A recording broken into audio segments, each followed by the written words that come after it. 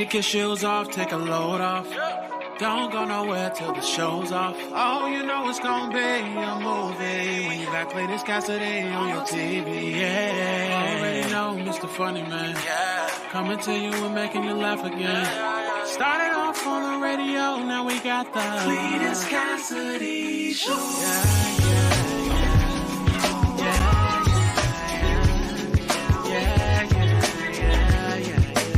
Cletus Cassidy Show.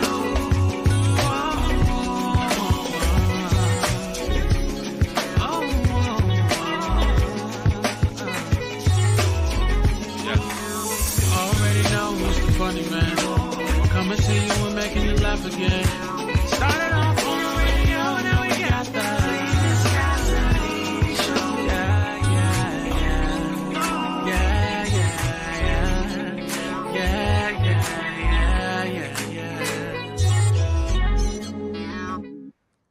Good morning. Good morning. It's morning time. Welcome to another edition of See You in the Morning. I am, of course, your host, Cletus Cassidy, man. I'm so happy to be in the building today, man. Thank you so much for tuning in, man. If this is your first time hearing this, you're about to experience something so cold. If you watched this show before and you found it not robbery, but come back and watch it again, I appreciate you because you could have been anywhere in the world, but you chose to be here with me, and I definitely appreciate that. I'm so excited to be in the building with y'all one more time, man. If you don't know what See You in the Morning is, it's my horrible idea to get up in the morning and just put out too much of my business.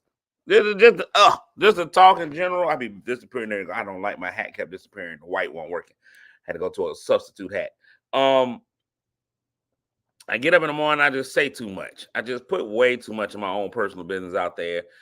I don't know what it is. I guess it's counseling for me or whatever. I tried to quit a long time ago, and then people kept saying they enjoyed the show, so I had to keep on going. So here I am. You know, y'all are the reason why I'm still here. I'm going to tell you that right now. I would rather be asleep right now. I still got a little bit of light. If you were to, I know which side of the bed I slept on last night because I still have a little bit of dew on this side, which means that I drooled out of this side of my mouth last night. This side is completely dry, but this over here feels like baby hair. Yeah, a little bit of spittle, a little bit of saliva in there. Let that marinate over the night. It does your body good, man. It feels like Jerry curl on this side, but this side over here, Sahara. That's what happened. So I know which side of the bed I slept on last night. I slept that way.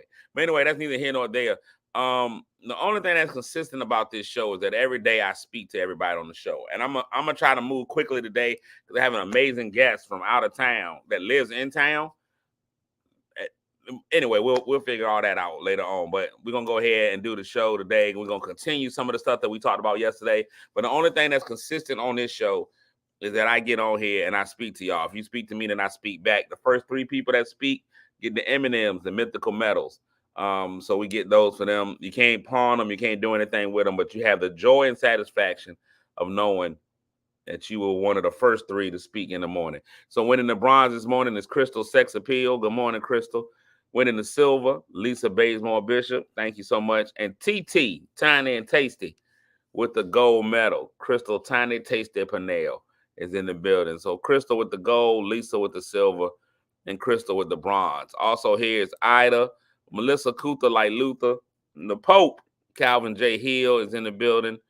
Wilberta in the building. Her mama's name is Roberta and daddy's name was Wilbur. Or maybe his name was William and her name was Roberta. Or Bertha. We didn't even think about that. Or maybe she was Wilma and Robert. Or William and Robert. Or whatever. But Wilberta is what we got. Kimberly Tucker is in the building. Emmy Time, Emmy Place, Michelle McKinney. My good friend, the right doctor, Tanya Fields Hines. Good morning to you. Sharon Anderson is in the building. Keith Brown in the building. My man Snoop. Z said a little bit of spittle. Yep, Z is in there. And Brenda Howard is in the building. Good morning, Brachelle. We got them all in the building. Not going to hold y'all this morning. I'm still tired. Yesterday, I had a show last night. Big shout outs to Speaking Spirit Ministries up in Richmond. Shout outs to them for letting me come up and do a little bit of comedy. The pastor invited me up to do comedy at Bible study. He ain't even come. The pastor reversed the roles on us last night. He sat at home and watched virtually. I was like, this is something. These are new age preachers. Old preachers was in church every time they opened the doors of the church. New preachers be like, I'll watch it on live. So that's what he did. He watched the show on live. Big shout outs to my man, Bernard Hines, who opened for me. So Bernard opened for me. He set him up, and I tried to knock him down. So it was good. Double standing ovations last night. So that's a good show. That's a good show. But shout outs to Bernard. He left Richmond and went to go pick his son up from college. So big shout outs. What's up, Big Rich? We're in the business. So I'm still tired. I traversed last night. Like the three wise men. I traversed afar. So I went up, came back. So I'm a little bit tired today, but I want to continue the show that we had yesterday. So I brought in a very special guest. One of the best people that I know, just flat out. If we just gonna go and rank good people. What up, Mert? We got. We just gonna rank good people. She's right at the top of the good people list, but she's also an amazing professional, which because she's a good person, it makes her a better professional. See how that works out? So some of y'all ain't good in your job because you're just not a good person. Fix yourself, and then you'll fix what you're doing on your job. But she's a licensed clinical social worker. She's a certified complex trauma professional.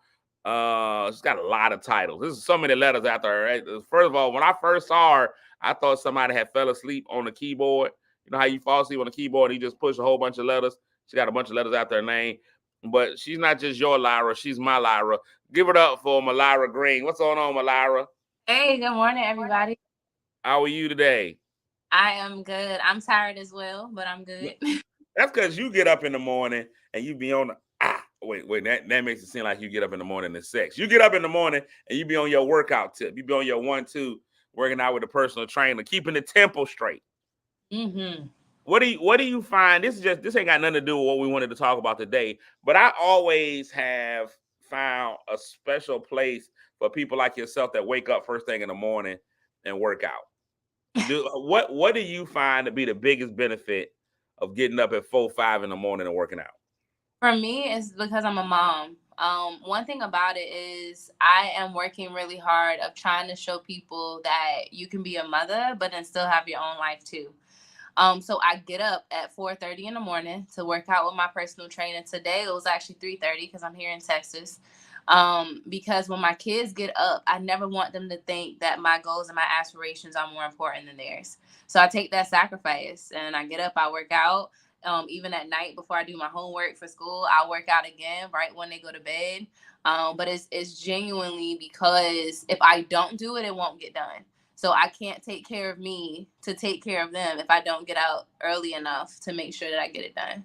I just don't believe that there's anything holy about waking up at 3:30 in the morning to work out. I still believe that God didn't intend that for us. Now, so so here's one of the things that I noticed. I know that some people who work out like that, they end up going to bed super early. Do you go to bed super early, or you just be like, you know what, I'll sleep another time? So right now, my reality is I sleep another time because I'm also a PhD student and I just finished an undergrad certificate program this past Saturday. So a lot of my evenings was spent with homework time. But it is imperative to sleep. So now I try to at least cut it out about 10:30. So when you do wake up, you are tired. Now I will say I nap throughout the day. So now I have it where I'm switching my work schedule around where I have time off so I can lay down and go to sleep and kind of recuperate on some of the sleep. But it's just temporary right now. So it's a temporary sacrifice to get that permanent result that I really want. The nap is what you want. The nap. Now let me tell you something about that nap. That nap, we didn't appreciate the nap as a child. As a child, we fought that nap. Now I'll fight for a nap. But back in the day, boy, we didn't want to take a nap. Nap time, when we were in kindergarten, I don't know if you were a little younger than I am, so I don't know if y'all still were taking naps in kindergarten when you were in there.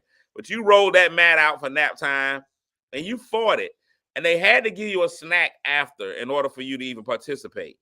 But now, man, shoot. If they could give me a nap, if we could work naps into the American work schedule, like the siesta in Mexico, I believe we would have a much better work environment. You can work a nap in, gravy time. All right, so here's what we got. Oh, I hit myself. I knocked myself off. Wait a minute. I'm coming back. I got to fire my own IT guy. So here's what we're going to talk about today. Yesterday we had an amazing talk, right? And I wanted to just kind of bring you in because you could give us some insight. I thought yesterday one of our conversations was we started talking about relationships, right? And it was just a real silly question. It was like, what time of day do you like to get it in? Mm-hmm. And it arose from a young lady who wrote and said she can only do it at nighttime in the dark. She's like, that's it. That's the only time I can participate in the horizontal hula. It's nighttime in the dark. And people started being like, it might be some issues with her, some trauma stuff, things of that nature. And so I just asked you, as a certified sex therapist as well, right? I think that's what it is, something like that. Yeah, I'm on the beginning stages of that. So I am a certified sex and couples informed practitioner. So I do have that space. It's just not all the way there yet. You got that space, right? You made space for it. I just read books. So here's the thing. What do you think about that? And what is the adjustment for somebody? How does somebody come out of that shell if they're in it? If they're in a shell of I can only do it in the dark at night. What do you think are reasons for that, and how does somebody come out of it? So I would say it's kind of like your food preference. Like, everybody has their favorite fast food restaurant, right? And sometimes it could just be because of a memory that we really like, or I may not like the other restaurant because I had a bad experience. It's really go down to preference. But how do we get out of that preference? It's by acknowledging that I have one. I can actually say personally, I know what that young lady was talking about because for a long time that was my thing, but mine was attached to trauma. For some people, it may not be trauma. It could just be they may not feel comfortable in the skin that they're in. So, I don't want no lights on, or maybe they've always done it that way. So if I've always done it that way, why change it? If there's no problem, nobody's complaining, then okay, nighttime lights out, let's go. So I think a big part of it is one, preference. What do you really like? And then two, also asking yourself, like, why is that my preference? Yeah, you saw a thumbs up. I don't know what I don't know how it worked. I was like, I did an upgrade on my iMac, and it has been doing whatever it want to do since then. But yeah, so it's really that space of the answer to the question of why is that my preference. If the why that's my preference is laced in something negative, like I don't want that other person to see me, or this is my comfort zone, I'm not comfortable with my body, so if lights out they can't see my imperfections, then we need to deal with it. But if it's more of like I've always just done it this way, this is how I like it, then it's not a problem. But it goes back to that communication, being able to talk to the person that you're with. Now, if this is just a one night whatever, you ain't gotta have that conversation. But if you're in an actual relationship, you may want to ask another person, like, what is their preference, and meet them where they are, and having not necessarily a compromise, but a way to get out of that is try at a different time. Maybe the first time it can be nighttime, but we'll have the light on in the bathroom. So we can still, it's still a little dark, whatever. So it's being able to do that trial and error. But the first step is asking the why is that my preference? Because once you know the why, then you can see if it's even worth changing or not. So we'll take my experience. Me being a virgin, I think that it's going to be more difficult for me to have these conversations, or easier for me to have these conversations because I'm not going in with predetermined likes and dislikes. I'm going in when I get there. It's my first time in the restaurant. You know what I'm saying? When I get to the Vagina Diner, first time there. But I'm gonna ask you this: what for couples who are, I want to say, mismatched in that area? Because yesterday we were finding out there were people who were like anytime, any place, like literally, like anytime, any place. But there were also people who was like, no, lights out, lights out, nights out. So what are the, how do you come to a compromise if you find yourself in a position where he's super freak and I'm almost a flying nun? How do y'all get each other to see each other's way so that y'all could be here? Because you're right there, you're at two different extremes. How do we get ourselves to right here? So a big part of it, honestly, is we gotta really figure out why am I the super freak and why am I the nun, right? And when we talk personality and character traits and things like that, I typically tell people do the Myers-Briggs assessment, right? But when it comes to the bedroom, there's not quite a lot of assessments that people do to become comfortable in what they really want sexually and intimately. So I would say take the BDSM exam. They have them online, and it's not because I'm telling you to go get choked out or any of that, but you need to know what is your sex language. You need to know, like, how do you prefer to do that? Spanish, I think. Maybe sí, senor. Yo quiero. But really being able to understand what you really like, not because the world told you that that's how you're supposed to be. For some people, it comes from the things that they've heard, the things they was exposed, but nobody really just sit down and say, who am I sexually? Especially because depending on what environment you're in, it's a conversation that you're not supposed to have. Like, I remember for me, when I started to tell my testimony, it has a lot of sexual trauma in it. And I was told in the church, don't talk about that. Well, what do you mean? Like, how else am I supposed to heal if I don't tell you what I experienced? So even those little things, or I was talking on another show and we was talking about relationships and sex came up. And then one of the guys said, I thought this was a family show. That's how families are produced. So we have to like literally dismantle the stigma when it comes to conversations of sex in general, because intimacy is a huge part of people. If you are alive, you have an erotic side to you. It might not be the super freak and it might not be the super none, but you need to know what your sex language is, and taking a test like a BDSM test to know what type of person you are intimately, so you can communicate with your spouse. Do I like to be a voyeur? Do I like to actually watch other people? Like, those are the conversations you need to have in your marriage and your relationships. So then that mismatch is something that we can come together and create something that we're both comfortable with.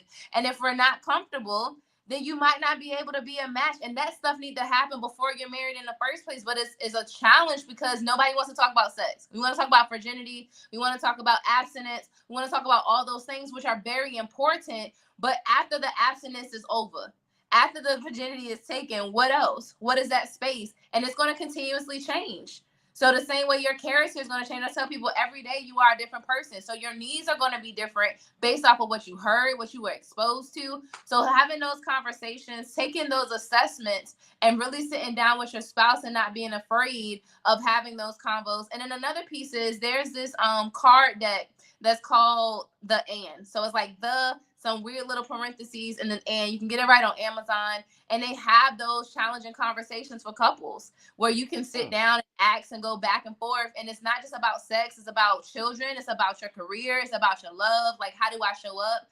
Actually creating space to have conversations and dialogue with your significant other will help kind of mediate that. So if you are all the time everywhere, your spouse may say, okay, my everywhere may not be everywhere, but okay, I don't mind doing it in the car. Like, you'll start compromising because you'll have that conversation and being able to have that dialogue with each other. After the Virginity is Taken sounds like a Puff Daddy album. sounds like something that Sean Combs will put out in these streets. Okay. After the virginity. After the virginity is given. That's a better way of saying okay, because I was like, that sounds real SVU-ish. That sounded real SVU-ish. So here's, I listened to you. You was like the amble. Like, here's a conversation that I had with one of my boys yesterday.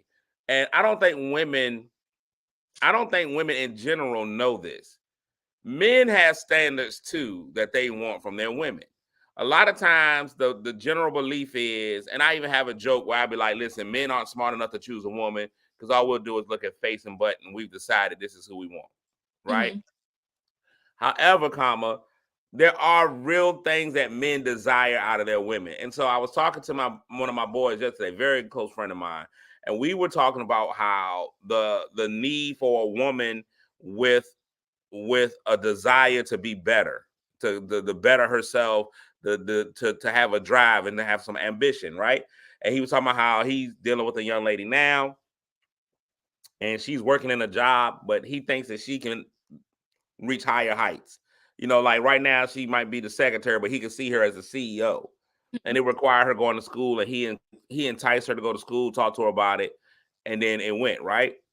And so that's what she is now. She's in school, she realizes it. How do you suggest to a man when a woman is not meeting the goal of having an ambition? How do you push your woman into an ambition, or even the other way around? As a woman, how do you put that drive into your other person? Is there a way to do that? I know you deal with relationships. Is there a way to get a drive into that other person? Because everybody doesn't have it. But how do you light that fire under somebody to make them be a better person? So it all starts with you. Like, literally, In order to shift a relationship, the shift has to start with you. Like it starts with you being able to focus on what your drive is, what you're trying to do, and the hope is that they catch fire, right? If they don't catch the fire, then the hope is that you guys have built such a strong relationship that when you do finally speak to that person and you say, hey, like, I envision you so much further than where you are right now. Like, I literally have a vision of you being the CEO of this company. It's all in how you communicate it. Now, if I go to that person, I say, look, like, I'm leaving you, man. Like, my drive is here, your drive down here. You ain't doing nothing. Like, that's a different conversation. It's all in how I say it. If I say, you know what, I visualize you, baby, literally being the CEO of that company. Every day you come home and you tell me what you do on the secretary job and you're doing a bomb job, but you want to know where I see you at? I see you being that CEO, baby girl. And then you guys can have that conversation of how did she get to that CEO? And then also asking yourself, if she don't want to be that CEO, is that a deal breaker for you? Because some people just don't want to do anything in their life. Like, for example, for me, I've spent a significant time being that person that want to light that fire for another person. But at the end of the day, I cannot make that person be better than what they want to be. So I have to sit back and ask myself, well, is that a deal breaker for me? If they don't go and be that CEO of that company, if they don't go and they don't go back to school, if they don't go and do whatever, is this a non-negotiable for me? And if it is a non-negotiable for me, then I got to be honest with that and I got to communicate that with them. Like, hey, I've really been sitting back and I've been trying to encourage you. I've been trying to tell you what I see, but it's just not changing and it really is a deal breaker. That's when you have those hard, difficult conversations. I know I tell people all the time, have those dialogues, but literally that's what it streams down to. I need to build such a strong bond with my significant other that when I come to you and I tell you something's bothering me, if I come to you and I tell you, hey, like, I really envision this for you, you're seeing my intention. My intention is never malicious. My intention is to build us together. So that's what I would recommend. Like, number one, be that role model. Like, model the ambition that you want to see them do. And then two, being able to have that conversation with them to say, look, you know, it's how you communicate it. Like, hey, baby girl, you the best secretary ever, but you sure can be a bomb CEO. That doesn't sound horrible. That person's going to be more receptive. And if they don't shift and change, then you have to grow what I call big kahunas and literally sit that person down and say, hey, I've really been trying, like, for the last 6 months to a year, I've been trying to encourage you, but I just feel like literally this is holding me back. I feel like I'm stifled. Can we talk about how can we do this together and move forward? If this is where you're going to go, let's talk about other areas that maybe you can grow and expand in so then I don't feel like you're not growing. You may not be growing in the area I want you to, but you tell me what you feel like is most important to you. Hold on, you're muted. It's the first time I've been able to be shut up. Javon is saying, but why do they have to fulfill your vision for themselves? That's a really great question. And I don't really think it's about fulfilling your vision for themselves. But when you are in a relationship with somebody that you were destined to be with, because I do believe that God matches us with people to make us a better version of ourselves. I just genuinely believe that. If I get with a person and we the same way that we was when I met you 10 years ago, we ain't do no growing, right? So I don't really think it's a space of fulfilling the vision that I have, but it's a space of I see what's best in you. And I want to pull out what's best for you. So if I sit here and I tell you, hey, this is what I visualize, and you genuinely tell me, well, that's not what I visualize, this is what I'm doing, it allows for you to tell me what you're doing. And now I can release whatever expectation I have for you. Because it's not even, I want you to fulfill this master vision. It's all, I really see who you truly are. I see the best of you. I see what you can accomplish. I see what you can do. But if I don't even tell you that and give you an opportunity to tell me what your dream is, so then I can get on board with your dream, it's not about fulfilling a specific person's vision. It's about, I have this vision of you. I want to encourage you to do it. And then that's it. So it's not really about that person never meeting what you think. But again, it's something to spark that dialogue. I saw you on stage speaking to 1,000 people. And then I may sit you down and say, hey, this is what I saw for you. And then they may say, you know what, but what I saw is me being an investor and me being being on a desk and doing whatever. It just starts that conversation and dialogue. Now I can get behind whatever your dream is. But if we're not dreaming And if neither one of us have a vision for each other, then what are we really doing? You get better, I get better, we get better. Yes. I think that's how that works. So here's what I would say about that particular question. Why do they have to fulfill your vision for them? I just think that the reality of it is, if you have a vision for somebody, or if you're around somebody, you care about them, you love them that much, you automatically, I don't want to say automatically, but you start seeing, you see the clay, but at one point you can see the finished product. I can see what it is in you. And I think many times people have a better vision for others. Sometimes parents do the same thing. They have a vision for their child. Will they always meet that vision? No. Do they have to meet that vision? No. But you can see what they have in them. You know what I'm saying? I'll just take from my own kids. My son doesn't like me coaching him. My daughter loves it. Because when I coach them, I know what they are able to do. I've seen you at your best. I can see your potential, what you can be pushed to. Let me get you there, right? Mm-hmm. So as I will coach hard. My daughter, she loves it. My son, he needs a gentle coach. He needs a guy that's like, hey, man, I appreciate you breathing today. Like, let's see if we can do, like, he needs that. And I'm like, yo, look, cuz you can do this. I know you can do this. So do this. You know what I'm saying? So my style might not be, the best for both of them, but you see that goodness in them. I think that one of the keys to having a significant other is that they push you to be a better version of yourself. I think that's what people say. I can do bad all by myself. You can do good by yourself too, but you can have somebody push you to be greater. Sometimes you don't see all the little stuff, man. Not everybody has a great self-visualization of themselves. Not everybody can look in the mirror every morning and be like, I am the greatest. Everybody ain't got Muhammad Ali in them. Yeah. But then sometimes you need somebody to be behind you, be like, you know what? You the greatest. You the best. You can do whatever it is. And men especially, I believe, when a woman, or let's say this, when they're a significant other, gets behind them and pushes them, I think there's things that they can accomplish that they wouldn't be able to do otherwise. Now, we're coming up on this 30-minute thing. So we talked about communicating there. We talked about helping people reach their vision. When we have relationships, when we start getting into interpersonal relationships, especially of an amorous sort, what do you think are the two most important things to have when starting a relationship with somebody? These are the two building blocks that you think are the most important, non-negotiables. These are things that you got to have, whether it be a good sex life, whether it be good communication, whether it be a shared interest. But what are the two things that you like? These are the two things, building points.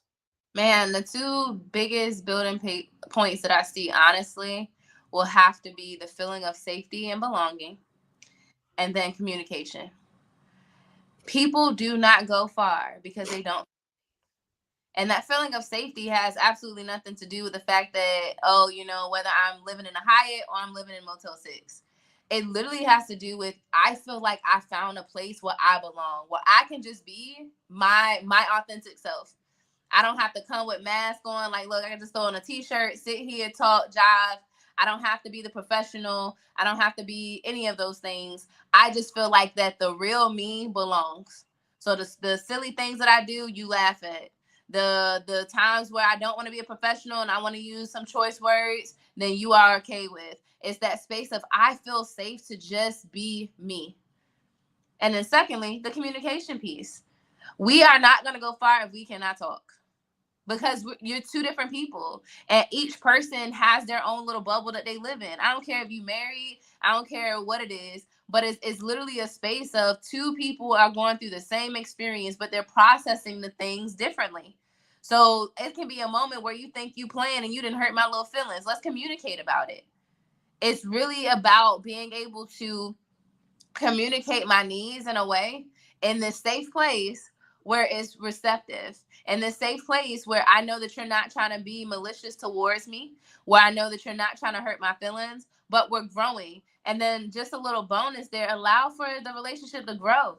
Like, sometimes it might not work out and it might be the best thing that you've ever done. Trust it. Jump into it. and enjoy the moment right now. If you can enjoy that moment and that safety and have that communication, it'll go a long way. I'm telling you, marriage don't just work because you love a person. Marriage works because you choose them. And that safety, I think one of the things you said about being a safe space, I think when you become a safe space, I believe the communication is a little bit easier. Mm-hmm. It's easier to communicate if you know, if I tell you the truth, you're not going to break down, you're not going to leave me, it's not going to change who, I'm not going to say it's not going to change who we are, because changing can be good sometimes. Like, I already know I play all the time. Like, so you're going to have to tell me, hey, last time when you said that, I didn't take that, I ain't like that. Don't do that no more. Or don't play like that. Like there's a line. Like don't cross that line. Like I need you to be serious sometimes. Like there are things that you can do. And that does change my approach. Like I'm gonna be like, okay, well let me do this. So I think change is good. I think nobody should be so resolute in who they are that it don't matter what you say, I'm still gonna be me. That's a horrible stance to take in life. Yeah. In life, because nothing about you is the same as it, like you said, is the same as it was. I think studies say like every 7 years you're a new person. Your organs regrow. Even your skin, you got a different skin. It's a new liver. This ain't the same liver you had 7 years ago. Everything changes on you. So if your body's in a constant state of change, why can't you change your behavior? Why do we act like changing our behavior is a bad thing? So many times we see people go, well, this is who I am. It's not always working. It's not always working. Sometimes we need to make just subtle changes. And I'm not talking about be a completely different person, do a 180 every time. But a 360 ain't bad. And I want people to know that that's what the staying is. But people like, he did a complete 360. Well, if you did a complete 360, you right back where you started. It's 180, which is what you can even do a 15 and change your direction a little bit. So I'm cool with that. Thank you so much, Malira, for being on the show today, man. It's always a pleasure being on the show. I have to let you know, just publicly, I'm just so proud of your meteoric rise. Some would say. I know think it's meteoric because you've been in it and you see how far you've gone. So that's great. You are a certified complex trauma professional, and I want to let you know about a complex trauma that I just recently went through, and maybe you can help me through this. I was on Netflix and I watched this program called Leave the World Behind. Okay. And those are 2 hours that I'll never, ever get back. That movie left me hurt, confused in so many ways. How do I get those hours back? How do I get that time back from watching that movie? I've never been. This was the worst relationship ever. Okay. Because I was fully invested. I was all the way in. Some may say this is unsafe, but I put on movies when I drive. When I got to take a long trip, I put a movie on. I watched that film, and I didn't get to see all of it. Then I came home, stayed up as long as I could to watch the ending, and was totally distraught at the end.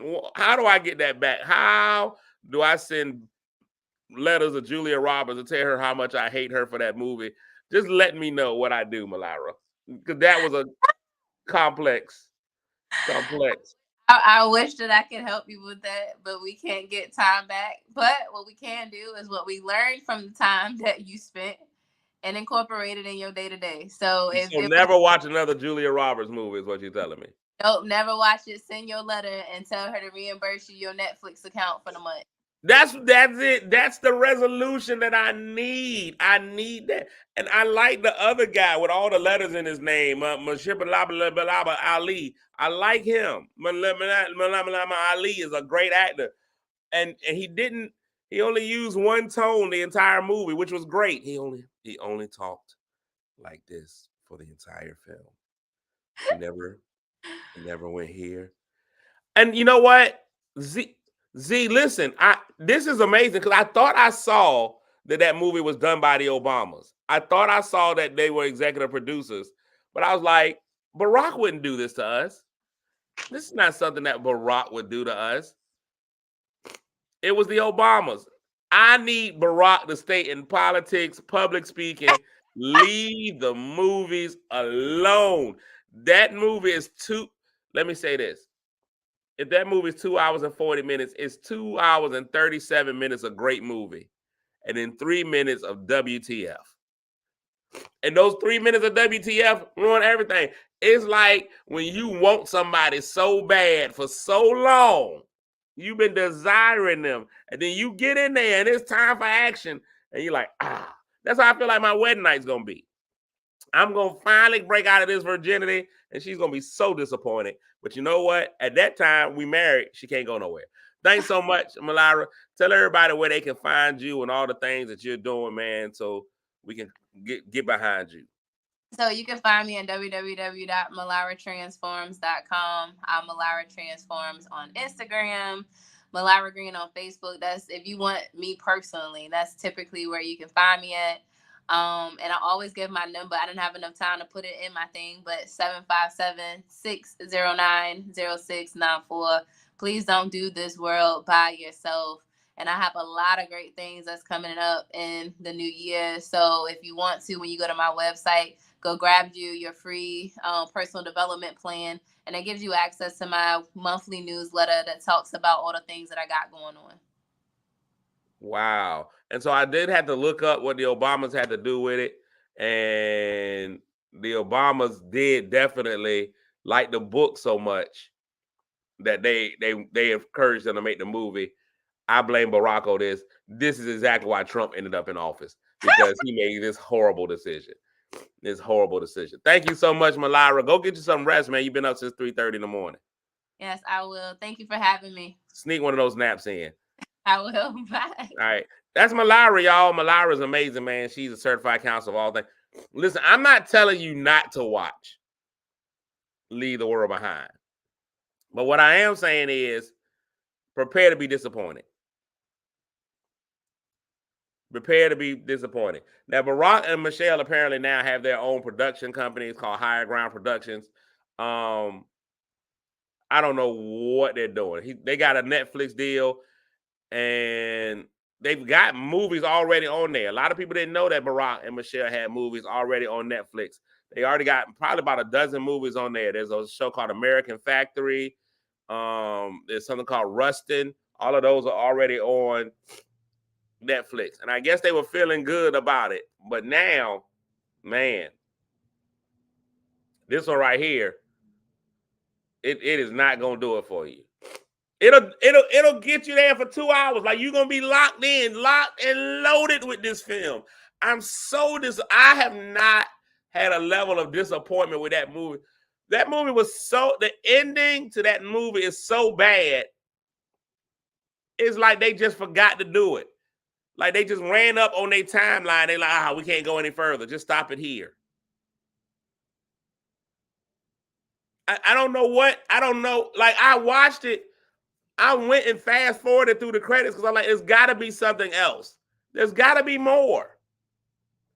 There has to be more than this. And there wasn't. I was left so sad, lonely, and depressed. I was just like, this is not how I should feel after a film. Whoever decided to greenlight that movie, I guarantee you they didn't watch it to the end. I guarantee you they watched it halfway through, and they're like, man, this is a good movie. Put it out. Put it out. Not knowing that the end was horrible. They couldn't have watched it all the way through. So if you don't mind getting almost there and stopping, this movie's for you. But if you want it all the way through, don't watch it. And then I can't even tell you here's how bad the movie is. The movie, not bad, the ending is. The movie needed an ending so that you could tell people what the movie was about. So right now, somebody's like, what was the movie about? I'd be like, Is it a horror movie? Is it a sci-fi movie? You don't know any of these things. Is it a dramedy? What is it? It's so many questions that I have. Apparently now I got to go read the book. Apparently it's that. Then there's some movie out called Black Cake, I think. Black Cake or Cake Blacks. Now everybody's like that. Now I think Oprah did this, and Oprah did the same thing apparently. Oprah gave everybody this black cake, black ink, ice black and blue, and she did the same thing to them. Lakeisha said it sounds like the movie did its job. What is its job, though, Lakeisha? Is the job to make me feel disappointed? Black Cake. They say Black Cake is so good. Black Cake is so good that people now have to go read the book. That's what I've been getting. Everybody gets to the end of the Black Cake situation, and now they're like, I can't do it no more. They like Black Cake is so good to the last episode. That last episode of Black Cake, they be like, we can't do it no more. And I'm okay with it. Let's go ahead and get into the end of the show. The end of the show is today Friday. Today's Thursday. I had a good time, man. We learned a lot about relationships, man. Today we were just talking. The movie has you talking and asking questions. But I don't even know if I'm asking the right questions. I don't even know if I'm asking the right questions. Lakeisha, I don't even know if the questions that I'm asking about this film are the right questions. I just know that I have questions. And I don't even know if they are good questions. I don't even know if they are good questions. All right, here we go. Word of the day. Today's word of the day is genial. Genial. Genial. Or genial. I'm country, so I put genial, but it's genial. Someone described as genial is cheerful and pleasant. A thing described as genial suggests or expresses friendliness and cheer. Omar was the most genial host, making sure to spend time with each and every one of their guests at the reception. Though I knew no one at the conference, the genial atmosphere immediately put me at ease. Genial. Omar was a most genial host. That's what some of y'all need to take into these Christmas celebrations that y'all about to have. Some of y'all make it tough to go over. I've been invited over to dinner at a friend's house for Christmas Eve. They invited me over. I'm not 100% sure I'm gonna be able to go. I'm gonna push to go, but they already sent out a text. Hey, not only do I want you to come, wear pajamas so we can eat and be comfortable. It's gonna be great, genial. It's gonna be a great time, right? We'll be able to get in there.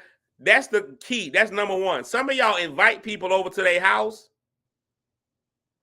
Some of y'all invite people over to your house, and then you got a nasty attitude. We don't need to be there. Remember, you invited us. You asked us to come by here. I didn't show up unannounced. You can't invite me over and have a nasty attitude. You got me here, and now you can't wait till I leave. No, you opened your door. I'm here now. This is me. Mi casa, su casa as mi casa. I'm here now.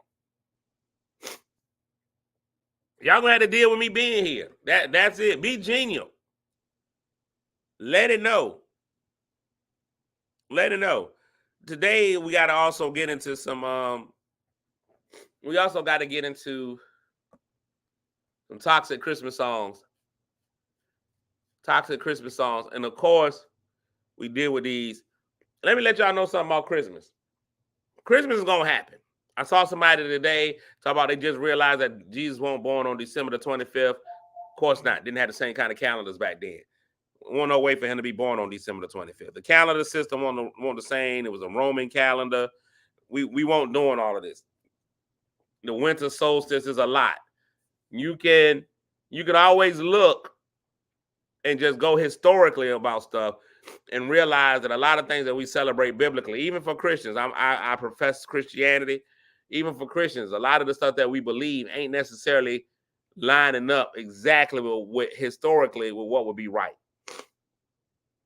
Even if we want to make Jesus a white man, even if you believe that Jesus was white, doesn't fit the narrative. Doesn't fit the narrative of hiding him where he was. If you go back and look, and they had to hide that baby, there wasn't no way to hide a white baby in Bethlehem. Just looking at where Bethlehem is, Egypt, Bethlehem, couldn't have no white boy. It just didn't fit. Didn't fit hiding a white boy. You couldn't put Charleston Heston in the middle of Wakanda and have him hidden. You can't hide him there. Everybody would have ratted him out. The Caesar. Hey, he over here, y'all. I know y'all doing that census count. Y'all missed one. They over here. There's a lot of stuff that we just gotta, like, if we even go historically and think about it. So, for example, I was on a post not too long ago, and somebody was complaining about teen mothers. They were like, you can't have no teen moms.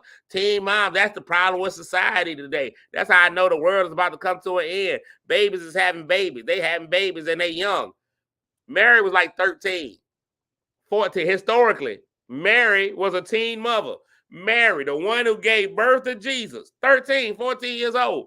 Society has now set, and I know this sounds real SVU-ish, but society has now, we have developed to where we feel like the age of consent is 18, 16 some places, but 18 years old, right? That's a societal norm. We've now decided as a society, we've done a research about brain development and things of that nature. Bam. Like, it doesn't happen. But she was 14. People had babies. You had people having babies at 14 in the Bible. You had people having babies in their hundreds. Like, it was a whole, that, listen, the vaginas worked different back then. That system was a lot different. I don't know if a year was 365 days or what. 14. How did the calendar work? Was it 14 sun up, sundowns? Who knows? Fortnights. We got a lot of stuff going on. Sometimes we got to really be realistic about what we got going on. If you think about it, Adam and Eve. And then you got Cain and Abel. Cain and Abel had wives. Who were Cain and Abel's wives? Sisters. Had to be. Adam and Eve started all of it. Yeah, had to be brothers and sisters. Yeah. Some of y'all look at y'all sisters funny, but not that kind of funny. That's just the reality. We've changed as we've grown. We've changed as we've grown. You have to realize societal norms have decided, hey, yo, unless you live in West Virginia, you don't sleep with your sister. You let your cousin go. And then even with that, we drew a line. They're like, well, how far down the line? Because we all related at some point. They're like, okay, third cousin. If you go past third cousin, it's all right. Now that makes the wedding weird. Because if you marry your cousin, even if you marry your cousin, now everybody at the wedding is related. That's weird. And then whose side do they sit on? That's your cousin. There ain't no bride side, groom side. It's we us. This is us. It's weird. We've changed a lot of stuff. So we put all of these man-made descriptions. Right, it's not a wedding, it's just a family reunion. We've made all these man-made descriptions on stuff, and it makes things weird. One of the things that I think is a tool of the man to keep black people down is one of the most toxic songs out. How do we keep the man? How does the man keep us subservient to him? Well, not only do we have a white Jesus, we have a white Santa. Now everything that we get good is white. Look at that. Did y'all see it? Look at it. White Jesus. We praying to white Jesus. When we need gifts and stuff, white Santa. A white man coming down your chimney is non-threatening. Nobody's worried about a white man coming down the chimney. That's jolly and happy. We're going to actually feed him for breaking into our house. White man come down your chimney, you give him cookies and milk. Black man come down your chimney, you shoot at him. You give them charges. You see what I'm saying? We've already brainwashed ourselves by thinking white Jesus, black Jesus. Man, white man ain't going and be like, let me pray to black Jesus. It's not happening. We've already brainwashed even the children to believing that a white Christmas is better than any other Christmas. Now we dream of white Christmases. I'm dreaming of a white Christmas. No. Christmas shouldn't have no color. And especially not in today's time where we accept everything. We cannot. We got to have a non-gender specific, non-binary, non-race Christmas. That's what I'm dreaming of. I'm dreaming of no particular race, color, creed, religion, Christmas. That's what we should be dreaming of. That's better. That's better. We got to get out of here. A rainbow Christmas. But then we have Rainbow Christmas, now becomes gay. But we are donning our gay apparel. We have a Rainbow Christmas that fits the song. The song says, don we now our gay apparel. I shouldn't have to wear gay apparel. My apparel should be able to be whatever sex I want it to be. Do I want to have gay apparel? Do I want to have straight apparel? That's all that matters. All our apparel should fit. You make the apparel. Apparel doesn't make you. We always talk about men's clothes, women's clothes. I believe that there are societal norms that make that decision. But back in the day, everybody wore the same thing. Jesus and Mary, same outfit. Put a robe on. That's it. That's all you got right here. Boom, boom, boom. You put on a robe, I put on a robe. A tunic. And I don't even think these are the questions like that I sometimes ask. I mean, I know I'm going off on a tangent. You can get off the show at any point now because this is going to get weird. Because I always be like, did Jesus even wear drawers? I ain't seen nothing about biblical drawers. You want no drawers in the Bible? Because they won't showering. They would have thrown some oil on. You don't want to gird your undergarment. Yeah, you just put on a little robe and let it swing, swing, swing, you know? You got to be able to, if anybody in this group has ever been in a choir, if you ever been in a choir before, you ever wore a choir robe, you already know those robes hold in that heat. You want to be real underneath there. You want to let that fly. You want to let that fly. You want to let that swing a little bit. You're down there uncircumcised. It's just hot. You need to let some air get in there. That was what was big for Jesus, just letting it circulate. I believe every time Jesus sat down, he had to sit with his legs open. Jesus had to be like, whoo, I just need to get some time. I need to, whoo. It's hot as the wages of sin out here. Woo. You got to hold that robe up. Ain't no way. Ain't no way. No socks. No. So Jesus is out there walking in sandals. I keep telling y'all, man, Jesus had man feet. I'm telling you right now, Jesus had man feet. Jesus' feet and LeBron James' feet, same feet. Same feet. You know that hair was rough back then when Jesus went to the woman's house and she washed his feet with her hair. That ain't no silky weave. You haven't tried it. Listen, all the answers to the questions that we have are right there. That woman washed Jesus' hair with her feet. Wash Jesus' hair with her feet. Couldn't have been no white lady hair. That little stringy hair, you can't wash nothing with it. It won't even hold no water. White people hair dries immediately. No offense to any white people on here. I just imagine that's how it works. I ain't never been white before. I ain't never had hair, really. But I do know you got that little stringy hair. You can't get that wet and wash nothing with it. But a good fro, some locks, man, I can get in there and scrub with some locks. You give me a good pair of locks, scrubbing Jesus' toes. You all in between the toe with your lock. Just getting there. Let me get that, Jesus. Wash this man's feet with her hair. Got me in there, Jesus. I got you. Let me get this for you real quick. Just gonna get these sides. Got a little callus on there, Jesus. Yeah. It's crazy out here. That gives you your answer what kind of hair they had. You can't do that with no wispy hair. Mary won't. So, nah, that ain't what it was. Locks. And they ain't had no beauticians. Where was you going? Mary ain't spent all Saturday getting ready to go down there to Jesus Crucifixion, getting her hair done. She ain't do that. They won't like she like, I gotta sit here and get my hair done. Want no blow dries, want no hair dries. You let your hair grow. You might have coiffed it a little bit.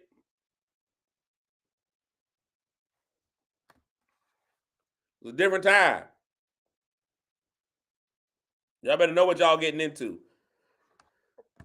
Don't fall for the banana in the tailpipe. Just don't do it. We're not falling for a white Christmas. That's toxic.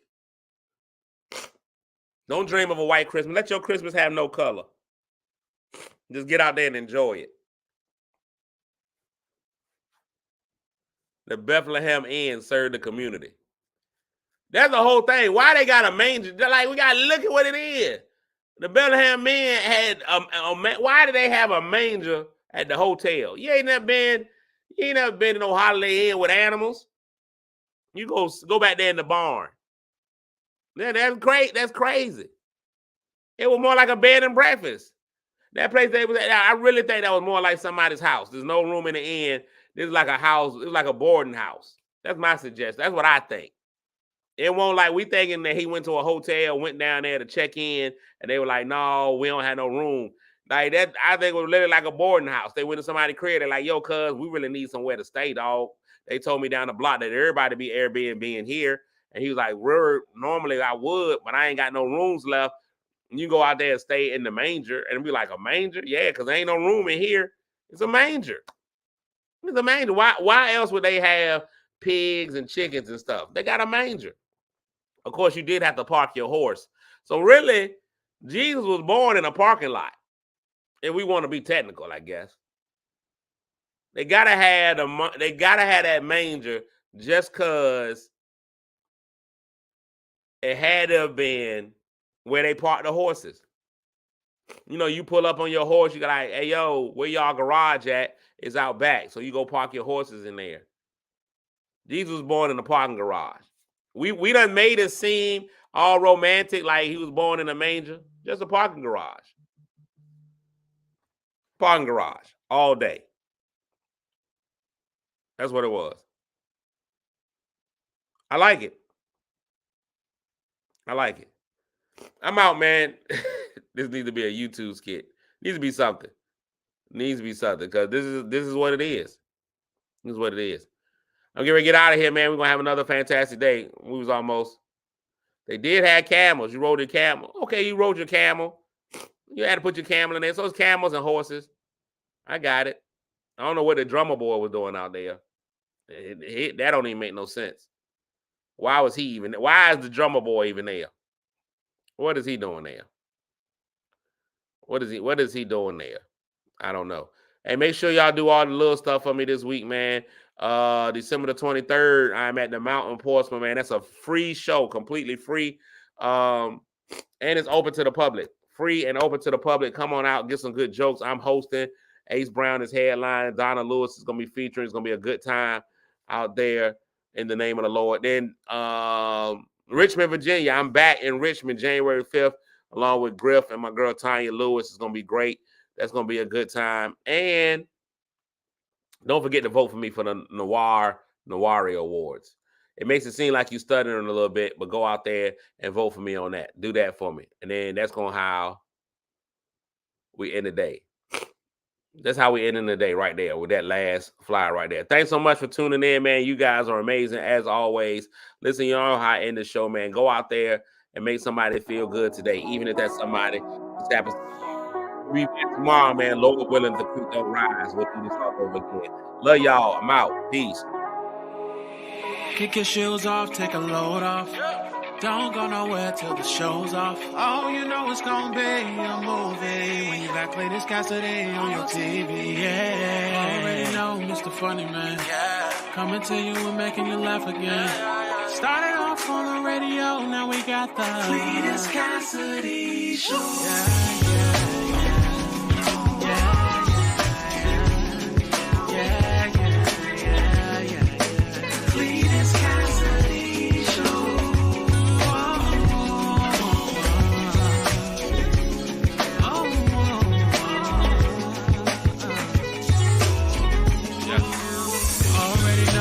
Funny Man, coming to you and making you laugh again.